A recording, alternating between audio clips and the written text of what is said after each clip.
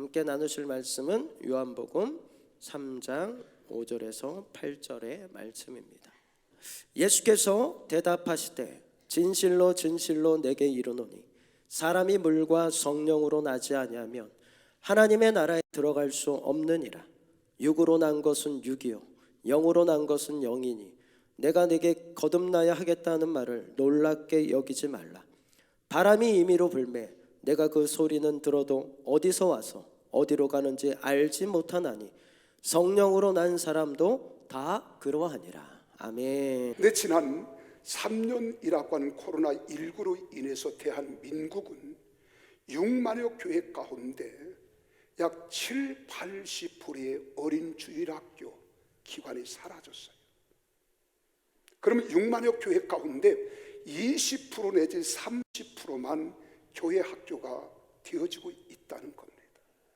그 교회 학교도 얼마나 줄었는지 우리 대한민국 5,300만 가운데 우리 기독교인들이 약 18% 내지 19%입니다. 18% 내지 19%가 되는데도 불구하고 우리 다음 세대인 영유아 유치부, 유초동부, 중고등부, 청년대학부 다음 세대는 3%에 미치지 못합니다. 우리 선교학적으로 복음화가 3% 되지 아니하면 미전도 종죽이라고 하는 이 이름이 붙여지는데 우리 대한민국은 약 18%에서 19%의 크리스찬들이 있지만은 우리 다음 세대인 영유아 유치부로부터 청년대학부까지 젊은이들은 3%가 되지 않기 때문에 미전도 종족이 아니라 미전도 세대가 되는 거예요. 이들이 관심을 갖지 않으면 한국교회에 희망이 없습니다. 우리 다음 세대에 희망이 없습니다. 이들에게 어떤 말씀을 증거할까 마음에 고민하다가 오늘 저는 여러분들에게 복음과 성령으로 자라가게 하라는 거예요. 복음과 성령으로 자라가게 하라. 이 말을 다른 말씀으로 하면 말씀과 성령으로 자라가도록 우리 자녀들을 가르치라는 겁니다. 우리 부모들의 마음은 다음 세대인 자녀들이 잘 되기를 원합니다.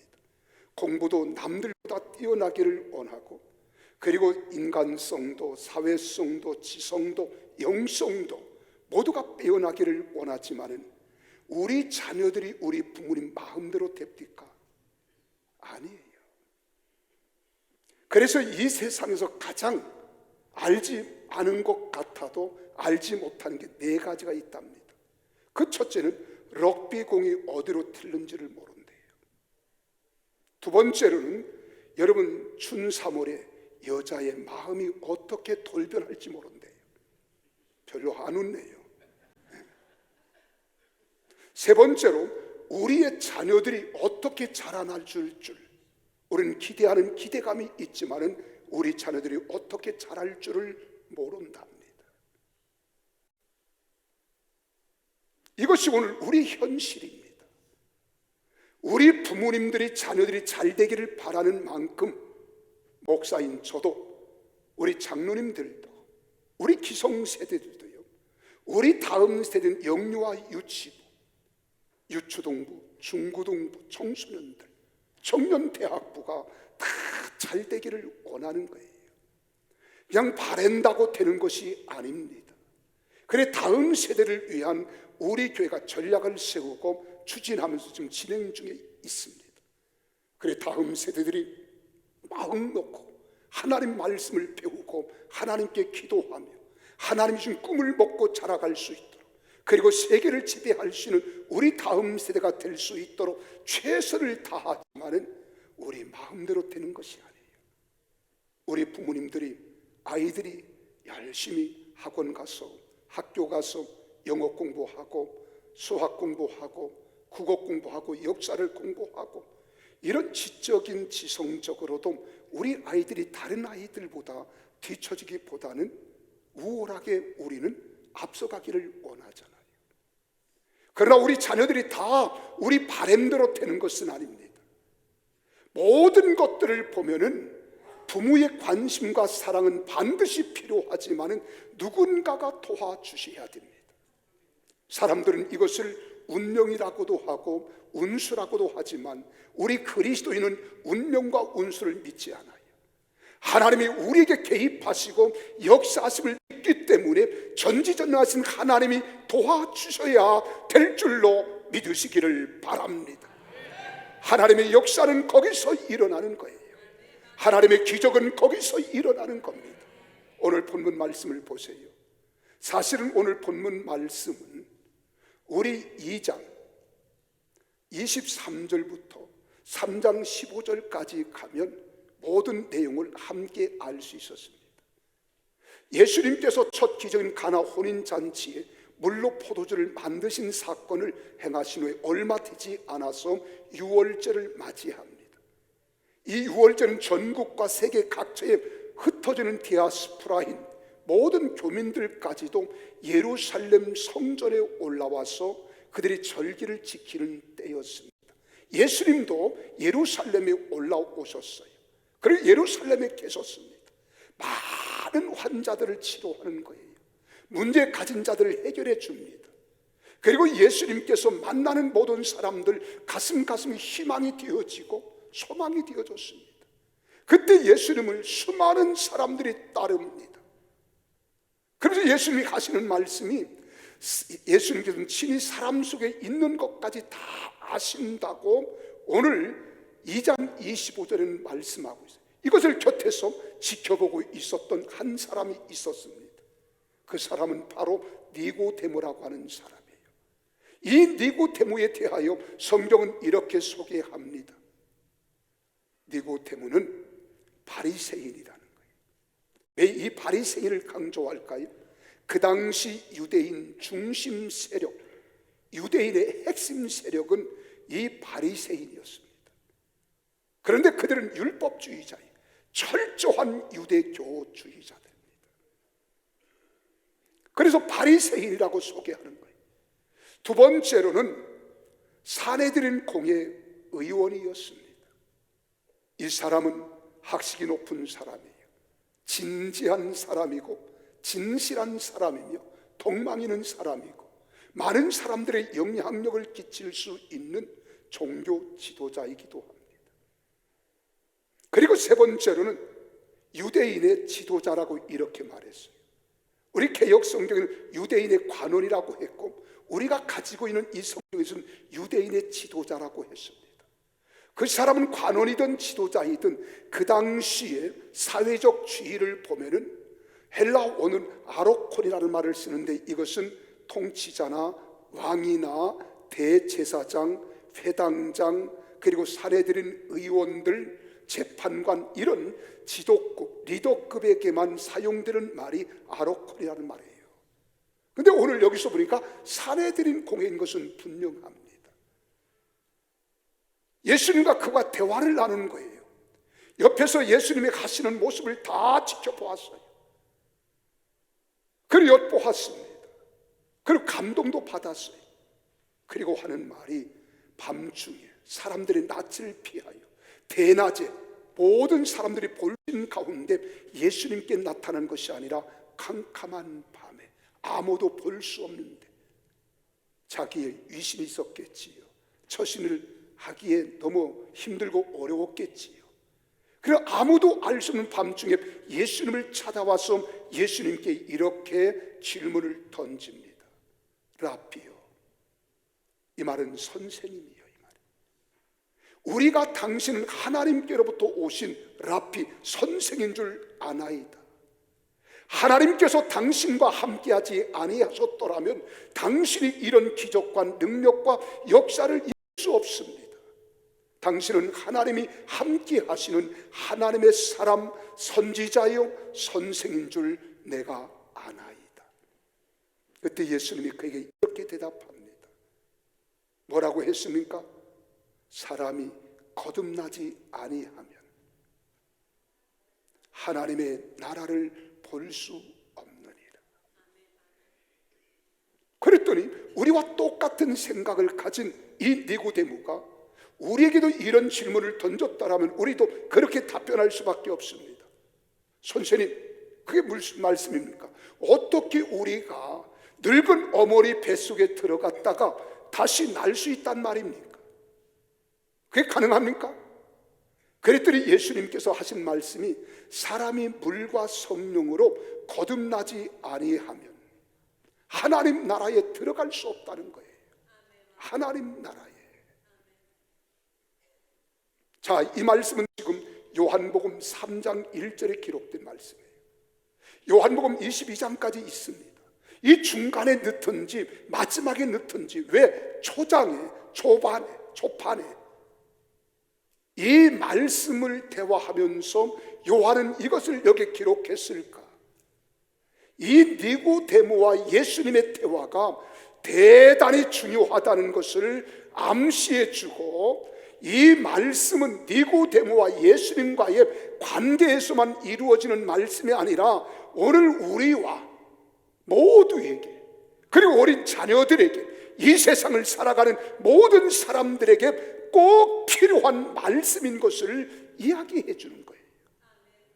그렇다면 이것을 저는 세 가지로 이렇게 구분할 수 있습니다. 그 첫째는 유대인의 중심 세력이었던 바리새인들의 율법주의의 허구를 밝혀고자 하는 거예요. 율법주의는, 유대주의의 이 바리새인들은 지금 어떡합니까? 율법을 지켜야 우리가 하나님 나라 간다는 거예요. 율법대로 살아내야 우리가 하나님 영광의 나라에 간다는 겁니다. 그러나 이 율법제의 허구성을 밝히 드러내 보이면서 하나님 나라는 오직 거듭남을 통해서만 들어갈 수 있다, 이것을 이야기하는 거예요.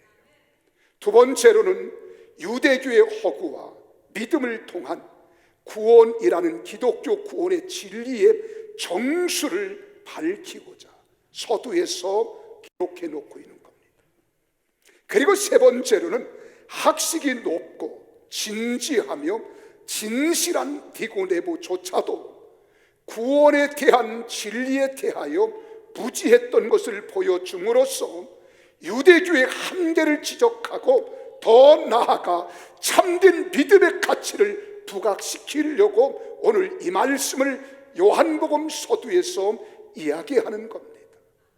나는 이 말씀을 통하여 우리 사랑하는 성도들이 거듭남의 확신과 영생의 소망을 가지며 이 땅에서 멋진 생애를 살아가는 우리 성도들이 다 되시기를 주의 이름으로 축원합니다. 그렇다면 여기 거듭났다, 거듭나야 라고 하는 말이 무슨 말이냐? 이 거듭이라고 하는 말은 아노엔이라는 말을 씁니다. 이 아노덴이라는 말은 바로 장소를 가리킬 때 부사로 쓰는 거예요.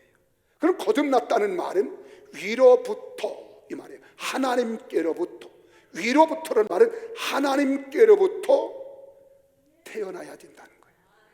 하나님께로부터 다시 태어나야 된다는 거예요. 이것을 말하는 겁니다. 그래서 여기서 위로부터 태어나는 것, 다시 태어나는 것은, 우리가 구원을 받고 영생을 얻는 것은 사람의 노력으로 되는 게 아니라는 거예요. 사람의 수고로 되는 것이 아니라는 거예요. 하나님으로부터 은혜와 능력으로 주어지는 선물임을 믿으시기를 바랍니다. 그래, 하나님 나라에 들어갈 수 없다, 하나님 나라를 볼 수 없다라고 하는 이 볼 수 없느니라 하는 말은 두 가지 뜻이 있습니다. 하나는 눈으로 본다 할 때 쓰는 거예요. 눈으로 본다. 또 하나는 경험하다는 거예요.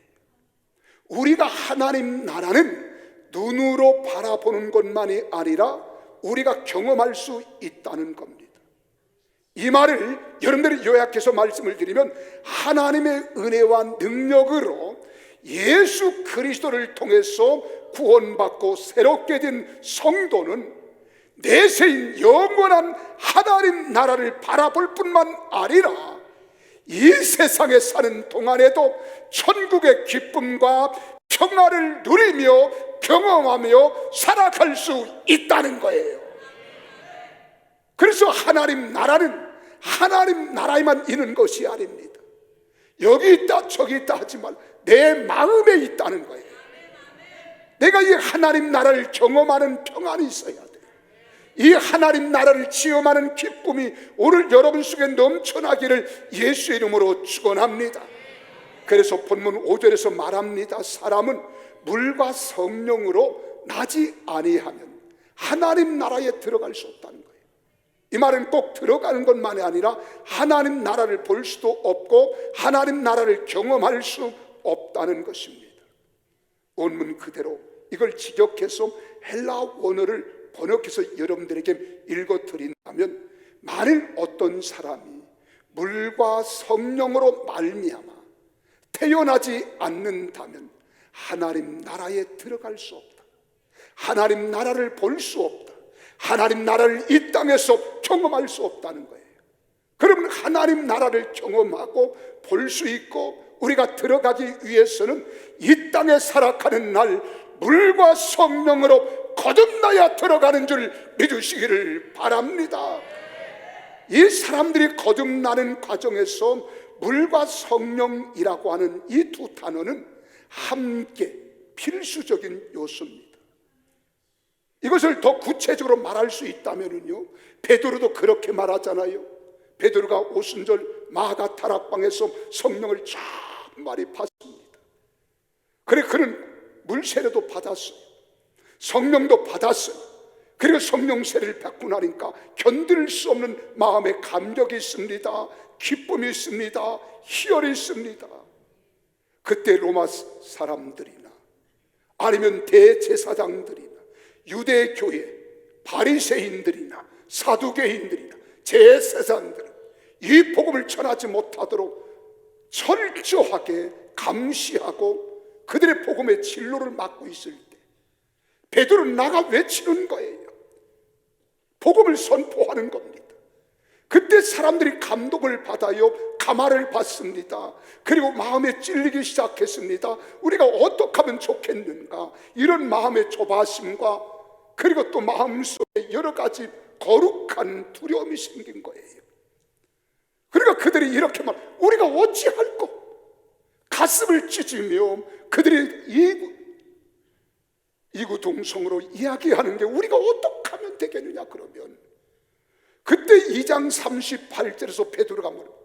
너희가 회개하여 각각 예수 그리스도의 이름으로 세례를 받고 죄사함을 얻으라. 그리하면 성령을 선물을 받으리라. 할렐루야 라고 증거하는 거예요. 여기 본문에서 언급된 물을 베드로는 회개와 예수 그리스도의 이름으로 받는 물 세례를 통한 죄로부터의 성결로 물을 표현하며 말하고 있는 겁니다. 여러분, 베드로뿐만 아닙니다. 바울이라고 하는 예수님의 제자도 디도서 3장 5절에서 보니까 우리를 구원하시되 우리가 행한 바 의로운 행위로 말미암지 아니하고 오직 그의 긍휼하심을 따라 중생의 씻음과 성령의 새롭게 하심으로 하셨나니, 여기 중생의 씻음, 물 세례라 이 말이에요.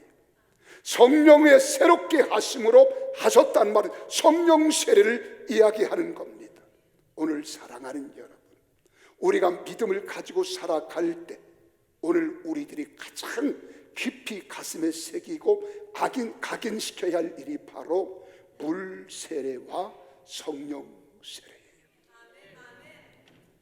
장로교에서는 이렇게 추정한 데가 많습니다.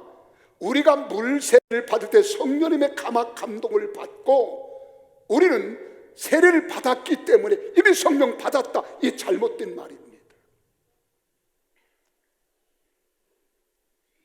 성령님의 감동을 받았지 성령님의 임재에서 내주내제는 안 해요. 우리가 구원받고 죄사함을 받으면 하나님이 성령을 우리에게 선물로 주시는 거예요. 그래서 오늘 우리 사랑하는 성도들이나 다음 세대인 우리 자녀 손들이 이 땅에서 멋지게 살아가기를 원한다면 우리가 공부 잘하는 것 좋아요. 그래서 좋은 스펙을 가지고 좋은 대학에 들어가서 명문대의 졸업장을 가지고 취업하여 성공하는 것 대단히 좋습니다. 꼭 그렇게 돼야 됩니다. 이걸 우리가 나쁘단 말이 아니에요. 내 우선순위를 어디에 두느냐는 겁니다. 우선순위를 어디에. 한 번은 예수님께서 복음을 전할 때에 많은 제자들이 무엇을 먹을까, 무엇을 마실까, 무엇을 입을까 염려에 그들이 휩싸였습니다. 그때 예수님이 하시는 말씀이 무엇을 먹을까, 무엇을 마실까, 무엇을 입을까 염려하지 마라. 이런 이방인들, 믿지 않은 자들이 생각하는 것이고 말하는 것이다. 너희는 먼저 그의 나라와 그의 의를 구하라. 그리하면 이 모든 것, 너희가 먹고 마시고 입는 것, 거주는 다 이루어 주시겠다는 거예요. 문제가 무엇입니까? 우선순위가 문제입니다. 무엇을 우선에 두고 무엇을 차선에 두느냐는 겁니다. 우리 아이들 학원 보내는 거 귀한 거예요. 공부 잘하는 거 꼭 그렇게 해야 됩니다. 건강한 것 반드시, 나는 여러분 자녀들이 무병하여 병원에 가는 일 없기를 바랍니다. 그러나 그보다 더 중요한 것은 물과 성령으로 세례를 받는 이것을 가르쳐야 되는 거예요. 그래서 그들이 복음을 떠나지 않게 해야 합니다. 말씀을 떠나지 않게 해야 합니다. 그래야 그들의 영성이 살아나는 거예요. 인성이 회복되는 거예요. 사회성이 발전하는 거, 발달하는 겁니다. 그리고 지성도 여러분 세상을 살아갈 만한 말씀의 지혜의 은사, 말씀의 지식의 은사를 하나님께로부터 받으면 내가 세상에서 비록 공부는 다른 사람들보다 우월하게 못했을지라도 하나님께서 그 사람을 책임져 주시는 거예요. 이게 하나님의 은혜인 줄 믿으시기를 바랍니다. 그렇다면 첫째로 우리 자녀들에게 무엇을 가르쳐 지키게 해야 할까? 따라 합시다. 복음의 진리를 가르쳐서 구원의 확신을 갖게 하라. 아멘이십니까? 구원의 확신. 지금 세상이 얼마나 무서운가 보세요. 여러분, 우리가 입법부에 국회의원들을 지역마다 대표로 뽑아서 보냈습니다. 그들이 하는 일들을 보세요. 국회 해산해야 합니다. 저런 국회의원들은 필요 없어요. 지금 악법, 차별금지법, 동성애법, 이런 악법들을 합법화하려고 하는 이런 세상에 우리 아이들이 방치되고 있다 이 말입니다.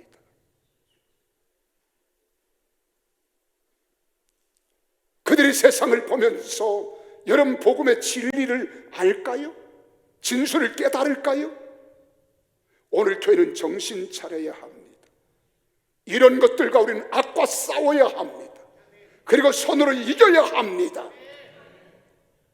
반드시 이겨내야 되는 거예요. 그러면 우리는 진리에 확신과 믿음을 소유하지 않고는 싸울 만한 용기도 없습니다. 자신도 없습니다. 그래서 오늘 목사님들 가운데도 이런 것들을 바라보면서도 한마디 제대로 말을 못하잖아요.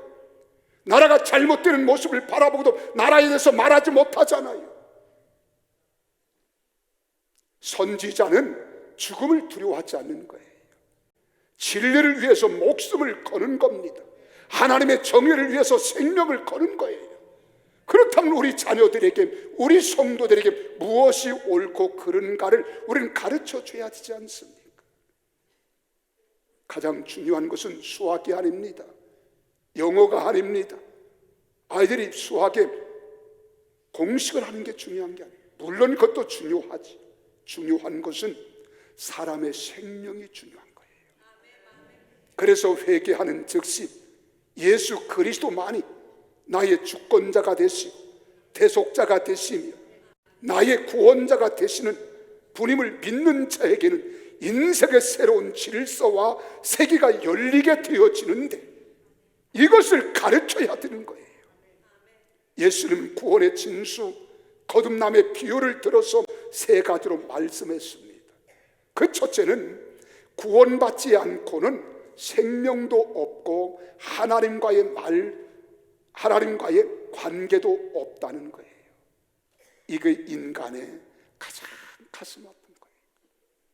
사람이 하나님과 관계가 불통하면서도, 그리고 구원받지 않았음에도 생명을 살아간다고 우린 육신의 생명만 가지고 우린 꺼져가는 촛불처럼 지금 바등바등 되고 있는 겁니다.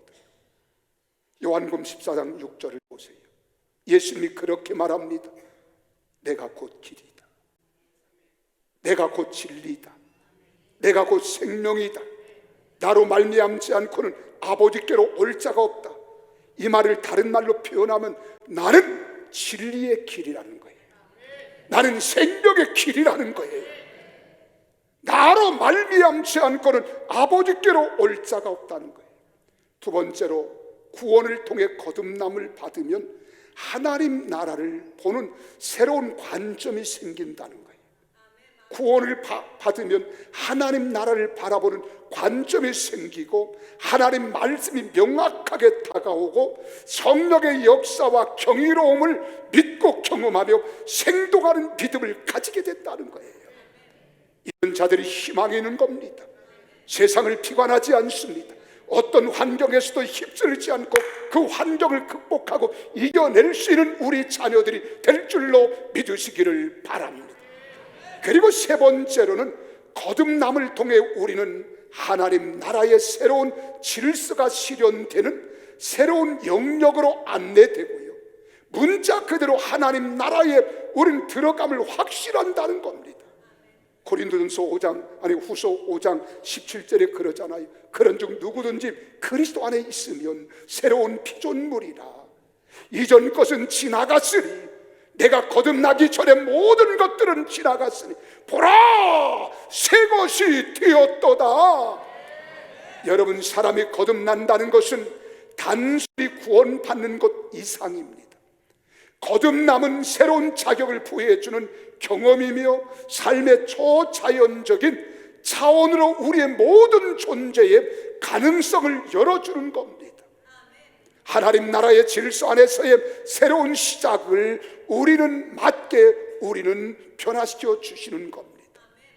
그래서 세례 요한은 마태복음 3장 1절 2절에서 그때 세례 요한이 이르러 유대 광야에서 전파하여 말하되 회개하라 천국이 가까웠느니라 하였다고 복음을 선포하였고요, 이 세례 요한이 이 복음을 전하다가 헤롯 대왕에게 잡혀서 감옥에 갇혔을 때에 예수님께서 마태복음 4장 17절에서 이때부터 이렇게 말해요.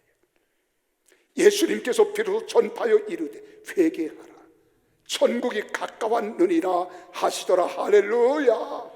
믿으시면 아멘 하십시오. 그리고 복음을 선포하는 겁니다. 이 복음이 그렇게 놀라운 거예요. 위대한 거예요. 그래 복음은 구원을 받는 자에게는 지혜이지만은 구원을 받지 못한 자에게는 미련한 것입니다. 구원에 이르게 하는 물세례는 거듭남의 과정과도 같습니다. 복음 없이 회개 없고 회개함이 없이 구원을 얻을 수 없으며 구원의 은혜와 능력 없이 성령으로 세례를 받을 수 없다는 거예요. 그러면 이르게 하는 복음이 도대체 뭐길래, 그 복음의 말씀이 무엇이길래 그렇게 목사님 힘줘 강조하십니까? 여러분, 복음이란 따라합시다. 인생의 모든 문제를 십자가에서 해결해 주시고 구원을 주시는 하나님의 능력이다, 이 사실을 믿는 겁니다. 이게 복음이에요. 그래서 로마서 1장 16절에서 바울이 말하던 내가 복음을 부끄러워하지 아니하노니, 이 복음은 모든 믿는 자에게, 십자가의 예수 그리스도를 믿는 자에게 구원을 주시는 하나님의 능력이 됨이니라. 그래 예수는 십자가 위에서 마지막 외마디에 하신 말씀이 가상 실현 가운데 마지막 하는 말씀 뭐예요? 다 이루었다. 다 이루었다. 가난한 자를 부유케 하시고 병든 자를 치료하시고 죄인을 의롭게 하시며 절망에 처한 자에게 소망을 주시고 절망과 좌절 속에 오늘도 어둠에 헤매이는 자들에게 기쁨의 해, 은혜의 해를 누리게 하려 하심이니라. 여기 모든 해답이 다 들어있는 거예요. 그래 우리는 십자가를 바라보는 거예요.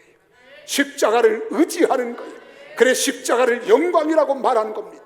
우리가 찬양할 때 그런 찬양하죠. 십자가 십자가 무한 영광 이르세 라고 우리는 찬양하는 거예요.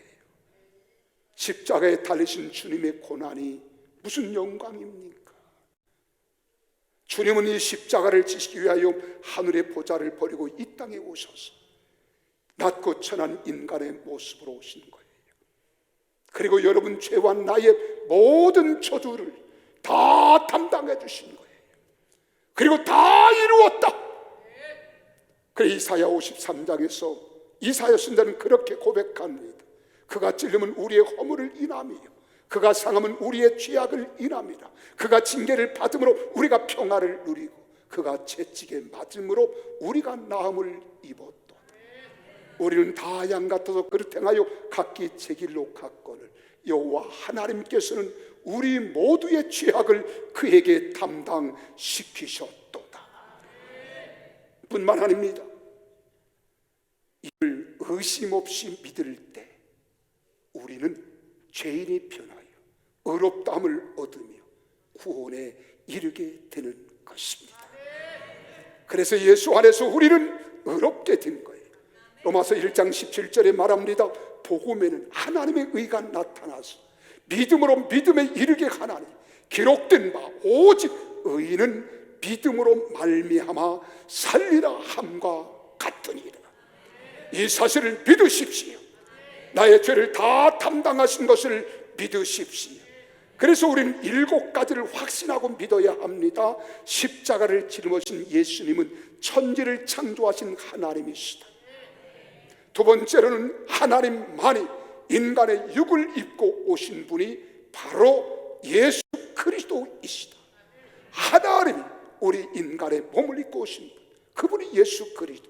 세 번째로 우리의 죄를 위해 십자가 위에서 내 죄를 대신하여 저주를 받으시고 십자가에 죽으셨음을 우리는 믿어야 합니다. 그리고 네 번째는 예수님은 사망 권세를 이기시고 무덤에서 부활하셨다. 할렐루야. 그래서 바울이 이렇게 외치는 겁니다. 사망아 너희가 이기는 것이 어디 있느냐. 사망아 너희가 쏘는 것이 어디 있느냐. 이 사망의 우두머리가 누굽니까? 사단입니다. 이 믿음이 있었기 때문에 바울은 이 사단을 향하여 조롱하는 외침이에요. 사단아 네가 이기는 것이 어디 있느냐. 사망아 네가 쏘는 것이 어디 있느냐. 조롱하는 겁니다. 오늘 우리는 이런 믿음이 있어야 돼요. 예수 생명 내 생명, 예수 죽음 내 죽음, 예수 부활 내 부활. 예수님이 사망 권세를 깨뜨리고 다시 사흘 만에 부활하신 것처럼 우리도 죽지만 죄값으로 죽지만 살아납니다. 부활합니다. 이것을 믿으시기를 바랍니다. 네 번째로 예수님은 사망 권세를 이기시고 무덤에서 부활한 걸 믿어야 되는 거예요. 나도 예수님처럼 부활하는 거예요. 사셨네 사셨네 예수 다시 사셨네. 이걸 믿어야 되는 거예요. 우리도 살아난다는 거예요. 믿으시면 아멘. 그리고 다섯 번째는 하나님의 나라 보좌 우편으로 예수님은 올라가셨잖아요. 그리고 여러분의 나와 여러분의 연약함을 친히 담당하시고 하나님 보좌 우편에서 나를 위해서 중보기도 하고 계시는 분이 우리 주 예수 그리스도이십니다. 그분이 이 세상 다시 오실 거예요. 재림하심을 믿으시기를 바랍니다. 여러분 재림주로 오실 때에는 심판의 주님으로 오십니다. 그러나 초림 때에는 구원의 주님으로 오시지만 재림 때에는 심판의 주님으로 오셔서 공의롭게 심판하시고 하나님 나라에 올라가셔서 여러분과 내가 영원히 거할 새 예루살렘 천년 왕국을 준비한 줄 믿으시기를 바랍니다. 그래서 골로새 2장 12절에서 15절에 바울이 그렇게 말합니다. 너희가 세례로 그리스도와 함께 장사되고 또 죽은 자들 가운데서 그를 일으키신 하나님의 역사를 믿음으로 말미암아 그 안에서 함께 일으키심을 받았느니라. 할렐루야. 그래서 죽었던 너희를 하나님이 그와 함께 살리시고 우리의 모든 죄를 사하시고 십자가로 그들을 이기신 줄 믿으시기를 바랍니다. 이 사실을 가르쳐야 됩니다. 우리 어린이 주일을 맞이하여 어떤 선물을 줄까? 어떤 선물을 사서 아이들의 마음을 기쁘게 할까? 이것도 중요하지만 그들의 생명을 주관하시는 예수 그리스도의 복음을 그들에게 가르쳐서 복음으로 자라갈 수 있도록 힘써야 될 줄 믿으시기를 바랍니다. 근데 이 믿음이 우리 지식이 많다고 믿어진 게 아니에요. 경험이 많다고 믿어진 게 아니에요. 인생 오랜 연륜이 있다고 믿어지는 게 아니에요. 성령을 받아야 됩니다. 성령을 받되 참 많이 받아야 되는 거예요. 그래서 성령 충만한 가운데 자라가게 해야 합니다. 그래서 예수님이 꼭 그렇게 말하는, 예수님은 사람이 물과 성령, 물과 성령, 물과 성령, 이걸 강조하는 거예요. 성령으로 나지 아니하면 하나님 나라에 들어갈 수도 없고 볼 수도 없고 하나님 나라의 기쁨과 환희와 희망을 우리는 경험할 수도 없다는 거예요. 사람은 삶의 뿌리를 어디에 두느냐에 따라서 육에 속한 사람이 되기도 하고 영에 속한 사람이 되기도 합니다. 성령으로 거듭나지 못한 사람은 언제까지나 육에 속한 사람인 것이며 따라서 사망에 고하는 존재가 되는 것입니다. 오늘 사랑하는 성도 여러분, 내가 교회에 나왔다고 해서 내가 영에 속한 사람이 아닙니다. 물과 성령으로 거듭나야 될 줄로 믿으시기를 바랍니다. 그래서 육으로 난 것은 육이요 영으로 난 것은 영입니다. 육의 생각은 사망이지만 영의 생각은 생명과 평안을 얻는 것입니다. 그래서 바울이 말합니다. 디도서 3장 5절에서 성령으로 새롭게 하심으로 하셨다는 거예요. 성령으로 거듭나서 영적 존재로 살아가라고 말하는 겁니다. 예수님께서도 부활하신 후에 제자들의 뿅 하고 나타났어요. 그때 하실 말씀이 얼마나 많았겠어요. 야 이놈들아, 아무리 그래도 그렇지 내가 십자가의 고난을 당한다고 나를 버리고 떠나? 이 죽일 놈들, 그러고 싶지 않았겠어요? 배신을 생각하면 마음속에 담지 못할 거죠. 그런데 너희가 평안하냐? 부활하시고 첫 번째 하신 말씀이 너희가 평안하냐? 숨을 내쉬며 가라사대 성령을 받으라. 성령을 받으라. 다른 말씀은 다 거두절미한 거예요. 마지막 40일을 이 땅에 거하시면서 하나님 나라에 갈 때도 마찬가지입니다. 다른 말씀하지 않았어요. 누가복음 24장 49절에서 보면 위로부터 성령을 받을 때까지, 이 성령의 능력이 입혀질 때까지 너희는 예루살렘을 떠나지 말라 하였고, 사도행전 1장 5절에서는 요한은 물로 세례를 베풀었으나 너희는 몇 날이 못 뛰어 성령으로 세례를 받으리라 하셨느니라. 할렐루야. 믿으시면 아멘 하십시오. 바울도 외쳐 말합니다. 에베소 5장 18절에 술 취하지 마라. 이는 방탕한 것들이다. 세상 것들 너희 마음의 기쁨과 즐거움과 만족을 얻으려고 하지 마라. 세상 것들은 다 타락한 것이고 방탕한 것이다. 오직 성령의 충만함을 받으라는 거예요. 그래야 우리가 세상에서 하나님 나라를 기뻐 경험할 수 있다는 거예요. 볼 수 있다는 거예요. 이 영적 세계가 여러분 눈에 활짝 열려지기를 예수 이름으로 축원합니다. 베드로후서 1장 3절에서 베드로 사도는 그렇게 말합니다. 그 신기한 능력, 이게 뭐예요? 성령 세례입니다. 이 신기한 능력으로 생명과 경건에 속한 모든 것을 우리에게 주셨으리 라고 말하는 거예요. 우리나라의 대형교회이기도 하고 유명한 우리 설교가이기도 했던 하영조 목사님에게 많은 사람들이 와서 이렇게 질문을 던졌다고 합니다. 목사님은 자녀들을 위해서 어떤 기도를 드립니까? 잘 되기 위해서 기도합니까? 출세하기 위해서 기도합니까? 사업에 흥하도록 기도합니까? 건강? 아니요, 나는 그런 기도하지 않습니다.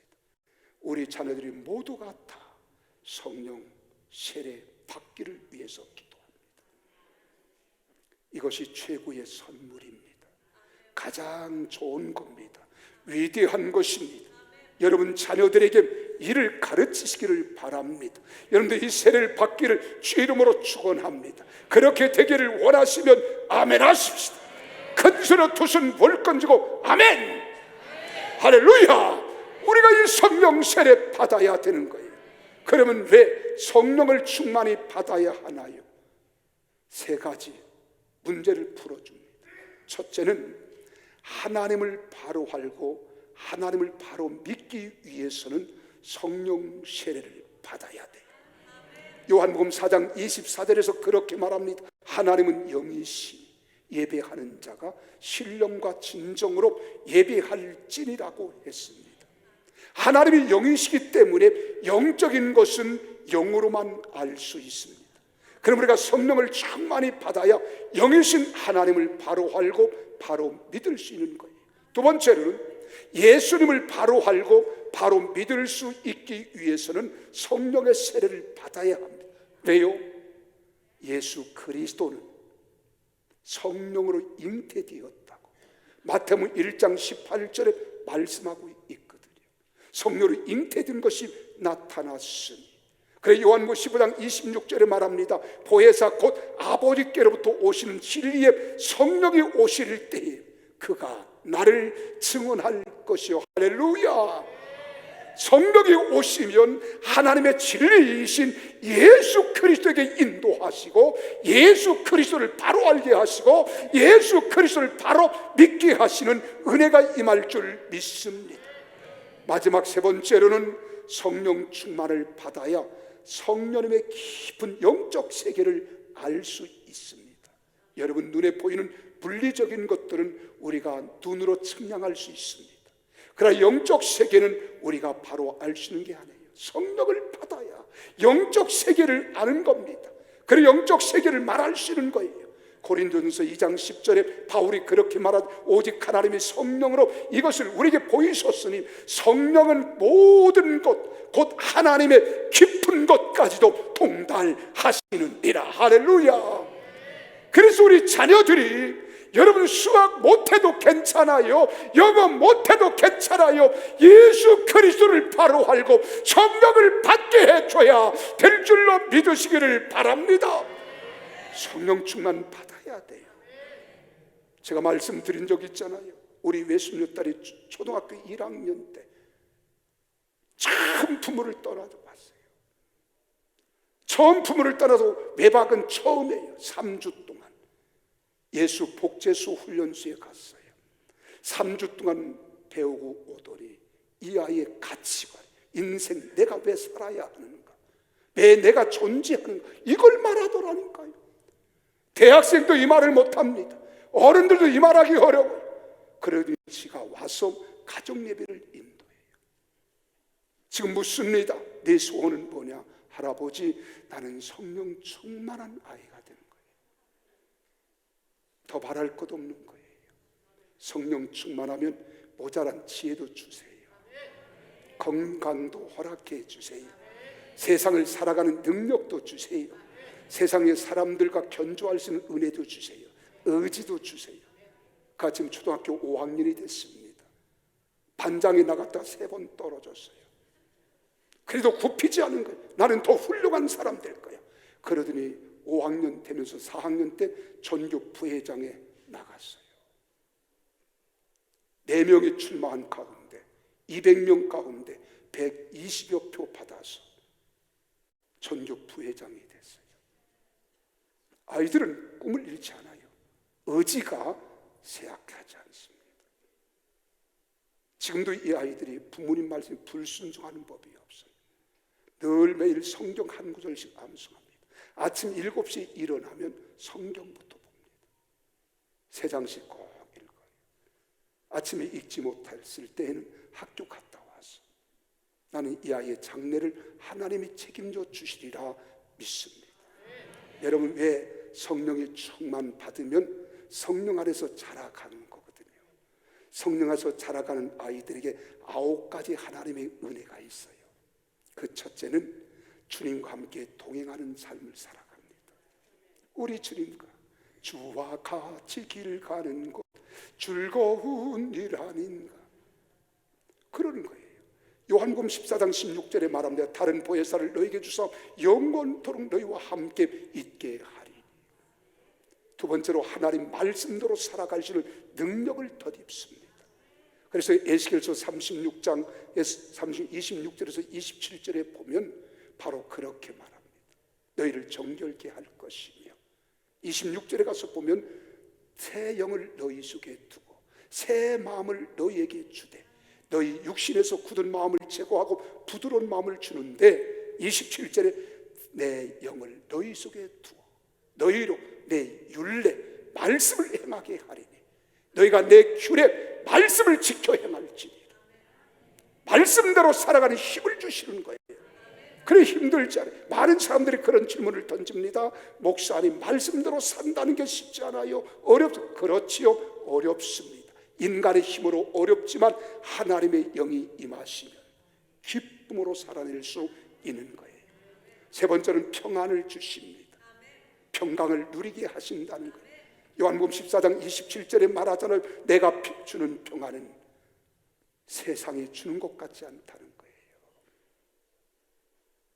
이 평안은 영원하다는 거예요. 그리고 네 번째는 세상에서 담대함으로 행하게 하십니다. 그리고 반드시 승리케 하는 거예요. 요한복음 16장 33절에 말하는 너희가 세상에서는 환난을 당하라 강하고 담대하라 내가 세상을 이기었느니라. 그러니까 세상을 두려워하지 않은 거예요. 우리 아이들의 세상을 겁내지 않은 거예요. 어두운 세상, 죄악된 세상이지만 하나님 성령 받은 자들은 세상을 이겨나가는 겁니다. 이런 애가 넘쳐나기를 바랍니다. 다섯 번째로 비전을 주세요. 요엘서 2장 28절에서 보면 내 영을 만민에게 부어주리니 너희 자녀들이 장래일을 말할 것이고 너희 늙은이는 꿈을 꾸며 너희 젊은이는 이상을 볼 것이고, 이게 다 비전. 이상, 꿈, 장래일은 비전입니다. 이 말씀을 요한복음 16장 13절에서 장래일을 너에게 알리시리라. 꿈이 없기 때문에 낙심하는 거예요. 꿈이 없기 때문에 절망하는 거예요. 꿈이 없기 때문에 의욕이 없는 거예요. 그러나 하나님의 성령을 받으면 우리가 비전의 사람이 되어 세상을 살고 싶은 의욕과 욕망이 넘쳐날 줄 믿으시기를 바랍니다. 그뿐만 아니라 책망도 해주세요. 여러분들이 일일이 간섭하지 않아도 성령께서 우리 아이들의 마음을 다 관리해 주신다니까요. 의에 대하여, 심판에 대하여, 죄에 대하여 책망하는 거예요. 바르게 살아갈 수 있도록. 그리고 성령의 열매를 맺게 해주세요. 우리 인격을 변화시켜 주시는 거예요. 사랑, 희락, 화평, 온유, 양선, 인내, 자비, 충성, 절제니 이 같은 것을 금지할 법이 없다고 했습니다. 베드로서 1장 5절부터 8절까지 보면 믿음의 덕을 덕에, 지식의 인내, 절제를 쭉 하면서 나중에 형제 우애 사랑을 공급한다 그랬어요. 이런 사람으로 바꿔주는 거예요. 그리고 여덟 번째는 예수를 전하고 싶은 거예요. 예수를 자랑하고 싶은 거예요. 예수를 전하지 않고는 견딜 수 없는 거예요. 이것이 성령 받아야 되는 거예요. 오직 성령이 너에게 임하시면 너희가 권능받고 예루살렘, 온 유대, 사마리아 땅끝까지로 내 증인된다 하잖아요. 마지막으로는 하나님 영광을 드러내며 영광을 나타냅니다. 나는 다 여러분들이 그렇게 되기를 바랍니다. 이런 사람이 세상 사람들의 손가락 받을까요? 열등생으로 살아갈까요? 이런 자녀, 이런 인생이 헛된 인생으로 살아갈 거 아닙니다. 이렇게 우리 어린 자녀들을 복음과 성령 안에서 자라가도록 해주면 우리 자녀들은 이 땅에서부터 하나님 나라를 경험하는 거예요. 맛보며 살아가는 거예요. 하나님 나라의 소망을 두는 겁니다. 이런 사람은 하나님의 자녀가 되어 영생을 누리게 됩니다. 전국 시민권을 받아 누리게 되는 거예요. 하나님 나라를 보고 경험하며 살아갑니다. 새로운 피조물이 되어서 새 사람으로 살아가는 우리 자녀 인생 될 줄로 믿으시기를 바랍니다. 그래서 우리는 복음과 성령 세례를 가르쳐 지키게 해야 합니다. 받아 누리게 해야 합니다. 에베소 4장 24절에 바울이 말하잖아요. 하나님을 따라 의와 진리의 거룩함으로 지으심을 받은 새 사람을 입으라. 왜요? 고린도서 5장 17절에 그리해야 누군지 그리스도 안에 기댄다는 거예요. 이런 사람은 그리스도 안에 있으면 새로운 피조물입니다. 이전 것은 지나갔으니 보라 새 것이 되었도다. 새로운 영적 존재가 되어지는 거예요. 이런 은혜가 여러분 심령과 여러분 자녀들과 여러분 가정 위에 넘쳐나기를 예수 이름으로 축원합니다. 그렇게 되기를 원하시면 아멘 하십시다. 기도하겠습니다.